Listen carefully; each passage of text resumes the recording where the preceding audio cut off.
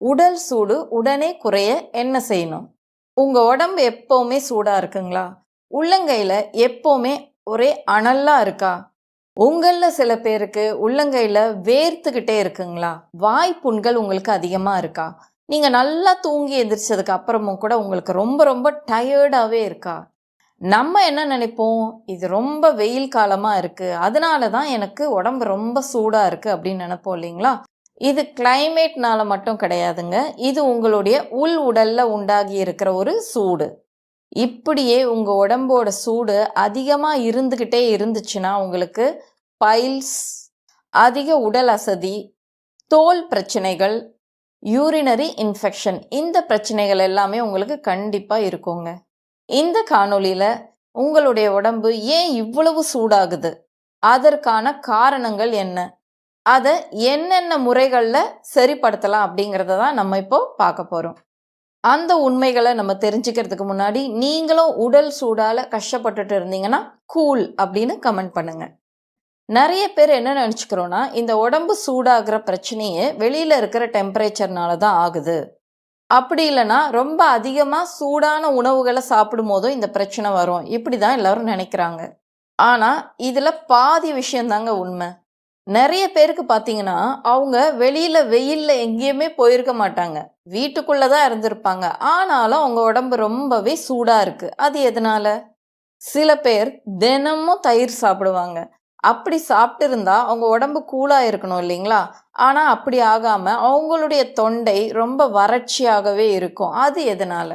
ஏன்னா நீங்கள் சாப்பிட்ற உணவு மட்டுமே இந்த உடல் சூடை தீர்மானிக்கிறது கிடையாதுங்க. உங்களுடைய கல்லீரல், உங்களுடைய ஹார்மோன்கள், உங்களுடைய குடலோட ஆரோக்கியம், இது எல்லாமே சேர்ந்து தான் உங்களுடைய உள் உடலோட டெம்பரேச்சரை தீர்மானிக்குது. நம்ம முதல்ல இந்த உடல் சூடில் 2 வகைகள் இருக்குங்க. ஒன்று வந்து இன்டர்னல் பாடி ஹீட்னு சொல்லுவாங்க, இன்னொன்று எக்ஸ்டர்னல் பாடி ஹீட்னு சொல்லுவாங்க. அது ரெண்டுத்துக்கும் உள்ள வித்தியாசம் என்ன அப்படிங்கிறத முதல்ல பார்க்கலாம். அதுக்கு முன்னாடி சப்ஸ்கிரைப் பண்ணாமல் யாராவது பார்த்துட்டு இருந்தீங்கன்னா சப்ஸ்கிரைப் பட்டனை தட்டி விட்டுக்கோங்க. அப்போ தாங்க நான் போடுற வீடியோஸ் எல்லாமே உங்களுக்கு உடனுக்குடனே வந்து ரீச் ஆகும். என்னுடைய கருத்துக்களுக்கு செவிசாய்த்து சப்ஸ்கிரைப் செய்த 1,00,000 சப்ஸ்கிரைபர்களுக்கும் எனது நன்றி. முதல்ல எக்ஸ்டர்னல் பாடி ஹீட் அப்படின்னா என்னங்கிறத பார்க்கலாம். இது எதனால் ஏற்படுது அப்படின்னு பார்த்தீங்கன்னா, அதிக அளவில் வெயிலில் வெளியில் போகிறது, ரொம்ப இறுக்கமான உடைகளை அணியிறது, ரொம்ப காரமான உணவுகளை சாப்பிட்றது, தண்ணீர் மிகவும் குறைவாக குடிக்கிறது, இதெல்லாமே உங்களுக்கு எக்ஸ்டர்னல் பாடி ஹீட்டை உருவாக்குது.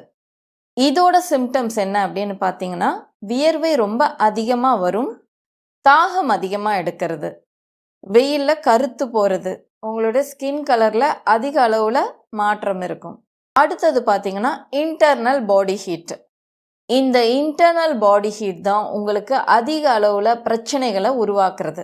இது எதனாலெல்லாம் உருவாகுது அப்படின்னு பார்த்தீங்கன்னா, மன அழுத்தத்தால் கஷ்டப்பட்டுட்டு இருக்கிறவங்க, தூக்கம் ரொம்ப ரொம்ப குறைவாக இருக்கிறவங்க, அவங்களுக்கு தூங்கணும்னு நினச்சி படுத்தா கூட சரியான அளவில் தூக்கம் இருக்காது. ஏன்னா கண்கள் எல்லாம் வறண்டு போயிருக்கும். நல்லா மூடினாலும் அவங்களுக்கு ஒரு ரிலாக்ஸ்டாக இருக்காதனால கண்ணை திறந்து வச்சுட்டு இருந்தாவே அவங்களுக்கு நல்லா இருக்க மாதிரி தோணும். அதனால தூக்கம் சரியாக இருக்காது. காரசாரமான உணவு வகைகளை அதிக அளவில் சாப்பிட்றது. அடுத்த பிரச்சனை என்னன்னு பார்த்தீங்கன்னா, தேவைக்கு அதிகமான உணவை சாப்பிட்டுட்டே இருக்கிறது. இதனாலேயும் உங்களுடைய உடல் சூடு அதிகரிக்கும். கல்லீரலோட வேலை பளு அதிகமாகும் போதும் உங்களுடைய உடல் சூடு அதிகரிக்கும். அடுத்ததா மலச்சிக்கல் பிரச்சனை வரும்போதும் உடல் சூடு அதிகரிக்கும். அது மட்டும் இல்லைங்க, பித்த உடம்பு இருக்கிறவங்க எல்லாருக்குமே உடல் சூடு அதிகமாக தான் இருக்கும். இந்த இன்டர்னல் பாடி ஹீட் அதிகமாகும் போது என்ன விதத்துலலாம் அது சிம்டம்ஸாக உங்களுக்கு வெளிப்படுத்துது அப்படிங்கிறத நம்ம பார்க்கலாம். நாக்கு ரொம்ப வறட்சியாக இருக்குங்க, வாய் ஃபுல்லாகவே ட்ரையாக இருக்கும், ஈரப்பதமே இருக்காது, பாதங்களில் எரிச்சல் அதிகமாக இருக்கும், காலையில் தூங்கி எந்திரிக்கும் போதே கண்கள் எல்லாம் ஈரப்பதமே இல்லாமல் இருக்கும், வறட்சியாக இருக்கும். அதனால் கண்களில் எரிச்சல் அதிகமாக இருக்கும். உங்களுடைய உதடோட ஓரங்கள் எல்லாமே புண்கள் இருக்கும், இல்லைன்னா வாய் புண்கள் இருக்கும், நாக்குலேயும் புண்கள் உருவாகும். சாப்பிட்டு முடித்தோடனே கேஸ்ட்ரிக் ப்ராப்ளம் இருக்கும். அதே சமயத்தில் வயிறு உப்புசமாக இருக்கும். அடிக்கடி உங்களுக்கு யூரின் போகணும் அப்படிங்கிற ஒரு ஃபீல் இருக்கும். ஆனால் நீங்கள் யூரின் போனீங்கன்னா அது சரியாக வராது. சொட்டு சொட்டாக தான் வரும். சில பேருக்கு பார்த்தீங்கன்னா யூரின் போகும்போது ரொம்ப சூடாக இருக்கும். அந்த சூடை உங்களால் நல்லாவே உணர முடியும். தோலில் அரிப்பு உண்டாகிறது. அதிக அளவில் முடி கொட்டுற பிரச்சனை இருக்குங்க. அடுத்ததாக கிட்னி ஸ்டோன் ப்ராப்ளம். எப்போவுமே டயர்டாக இருக்கிறது. கொஞ்ச நேரம் கூட அவங்களால தொடர்ந்து வேலை செய்ய முடியாது. எப்படா போய் மறுபடியும் படுப்போம் அப்படிங்கிற மாதிரியே அவங்களுக்கு தோணும். இதெல்லாமே உங்களுக்கு ஓரளவு புரியக்கூடிய ஒரு சிம்டம்ஸாக இருக்கும். உங்களுக்கு புரியாத சில சிம்டம்ஸும் உங்களுக்கு காட்டும். அது என்னென்ன அப்படிங்கிறத நம்ம பார்க்கலாம். நாக்குக்கு மேலே வெள்ளை கலரில் ஒரு கோட்டிங் மாதிரி உருவாகிறது. அப்படி இருந்தாவே உங்களுக்கு உடல் சூடு ரொம்ப அதிகமாக இருக்குன்னு அர்த்தம். ஆனால் நமக்கு அது புரியாது. அடுத்ததாக வாய் துர்நாற்றம். இதுவும் உங்களுடைய உள் உறுப்புகளில் சூடு அதிகமாக ஆகும்போது பிரச்சனையாக வரும். அதிக அளவில் கோவப்படுறது, அதே சமயத்தில் ஆத்திரம் எல்லாமே இருக்கும். ப்ரைவேட் ஏரியாஸில் கொப்பளங்கள் வர்றது, பசி ரொம்ப குறைவாதாங்க இருக்கும். இந்த சிக்னல்ஸ் எல்லாமே உங்களுடைய உடம்பு வெளிப்படுத்துது. அதாவது என்ன ஒன்று கூல் பண்ணு, அப்படி இல்லைன்னா நீ சஃபர் பண்ணு அப்படின்னு உங்கள் உடம்பு உங்களுக்கு கொடுக்குற சிம்டம்ஸ் தான் இது. இந்த உடல் சூடை தணிக்கிறதுக்கான 5 அற்புதமான முறைகளை இப்போ பார்க்கலாம். முதலாவதாக பார்த்தீங்கன்னா இளநீர். இளநீரை நீங்கள் குடித்த உடனேயே உங்களுடைய கல்லீரலில் இருக்கிற சூடு தணியும். அதிகப்படியாக இருக்கிற சூடு நீங்கள் யூரின் போகும்போது அது வழியாக வெளியேறும். உங்கள் வயிறை சூடாக்காமல் உங்களுக்கு சக்தியை இந்த இளநீர் கொடுக்குது. இளநீரை எப்பவும் குடிக்கும் போது மெதுவாக குடிக்கணுங்க, வேக வேகமாக குடிக்கக்கூடாது.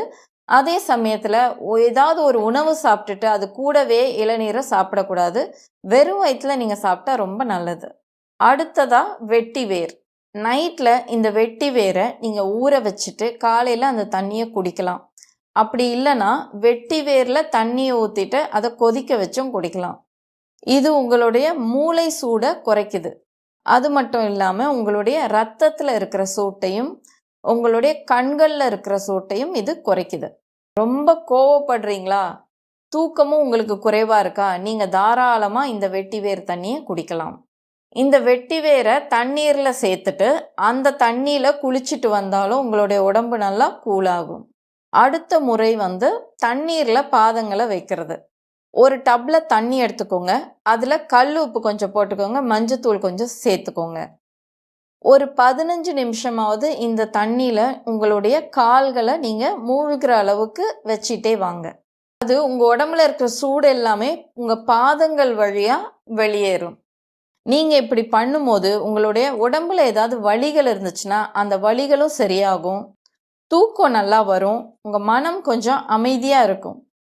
அடுத்ததாக சீரகமும் கருவேப்பிலையும் சேர்த்த மோரை குடிச்சிட்டே வர்றது. நீங்கள் கூல்ட்ரிங்க்ஸோ இல்லை சோடா வகைகளோ சாப்பிட்றத விட இந்த மோர் ரொம்ப ரொம்ப நல்லதுங்க. இது உங்களுடைய வயிறை சுத்தப்படுத்துது. உங்கள் வயிற்றில் ஆசிட் ஃபார்ம் ஆகாமையும் அதே சமயத்தில் ஆசிட் ரிஃப்ளெக்ஸ் பிரச்சனை வராமையும் இது பார்த்துக்குது. உங்களுடைய குடல் முழுசையுமே இந்த மோர் கூலாக வச்சுக்குது. இதில் கண்டிப்பாக கல்லுப்பு தான் சேர்க்கணுங்க. அடுத்தது நம்மளுடைய முன்னோர்கள் எல்லாமே பயன்படுத்திகிட்டு இருந்த ஒரு முறையை தான் நான் உங்களுக்கு சொல்ல போகிறேன். ஒரு கனமான டவல் எடுத்துக்கோங்க, அதை தண்ணியில் முக்கிட்டு நல்லா பிழிஞ்சு எடுத்துட்டு படுத்துக்கோங்க. படுத்துட்டு உங்களுடைய தொப்புள் பகுதி மேலே அந்த டவலை வச்சுடுங்க. இது மாதிரி ஒரு 10லேருந்து ஒரு 15 நிமிஷங்கள் வரைக்கும் நீங்கள் பண்ணலாம். இது உங்களுடைய உடம்போட சூடை ரொம்ப அழகாகவே குறைக்கும். பெரியவங்க குழந்தைங்க எல்லாருக்குமே இந்த முறையை நம்ம பயன்படுத்தலாம். அடுத்ததாக நான் உங்களுக்கு ஒரு அற்புதமான முறை சொல்லித்தர போகிறேங்க. இதை நீங்கள் பண்ணும்போது உடனடியாக உங்களுடைய உடல் சூடு குறையும். ஒரு குழி கரண்டியில் நல்லெண்ணெயை சூடு பண்ணிக்கோங்க. ஒரு 4-5 பூண்டை தட்டிட்டு அதையும் இந்த எண்ணெயில் சேர்த்துக்கோங்க. கூடவே ஒரு 5 மிளகு அதையும் சேர்த்துக்கோங்க. மிளகை முழுசாக தான் போடணுங்க, அதை தட்டிட்டு போடக்கூடாது. இந்த பூண்டு கலர் மாறக்கூடாது, ஆனால் நல்லா வறுபடணும். பார்க்கறதுக்கு நமக்கு தெரியும் இல்லைங்களா, அந்த தோலெல்லாம் நல்லா சுருங்கிட்டு அந்த மாதிரி இருக்கணும். அப்படி ஆனதுக்கு அப்புறமா அந்த மிளகுலேருந்தும் ஒரு வாசனை வரும் இல்லைங்களா, அந்த ஸ்டேஜில் ஆஃப் பண்ணிடணும். மிளகோட கலரும் மாறக்கூடாது, பூண்டோட கலரும் மாறக்கூடாது. இந்த எண்ணெயை நல்லா ஆறுனதுக்கு அப்புறமா உங்களுக்கு எப்போல்லாம் உடல் ரொம்ப சூடாக இருக்கோ அந்த சமயங்களில் உங்களோட கால் கட்டை விரல் இருக்கு இல்லைங்களா, அதில் அந்த நகத்தோட ஓரங்களில் ஒரு 2-3 சொட்டு இந்த எண்ணெயை நீங்கள் விட்டீங்கன்னா உடனடியாக உடல் சூடு குறையும். மேஜிக் மாதிரி நடக்கும். அடுத்ததா உடல் சூடை உடனே குறைக்கிறதுக்கான ஒரு அக்குப்ரெஷர் பாயிண்ட்டும் இருக்குங்க. அது உங்களுடைய பாதங்களோட அடிப்பகுதியில் இருக்குது. இதோட படத்தை நான் இதில் ஆட் பண்ணுறேன். நான் எங்கே மார்க் பண்ணியிருக்கனோ அந்த இடத்துல நீங்கள் உங்களுடைய ஆள்காட்டி விரலால் நல்லா மசாஜ் பண்ணுங்கள்.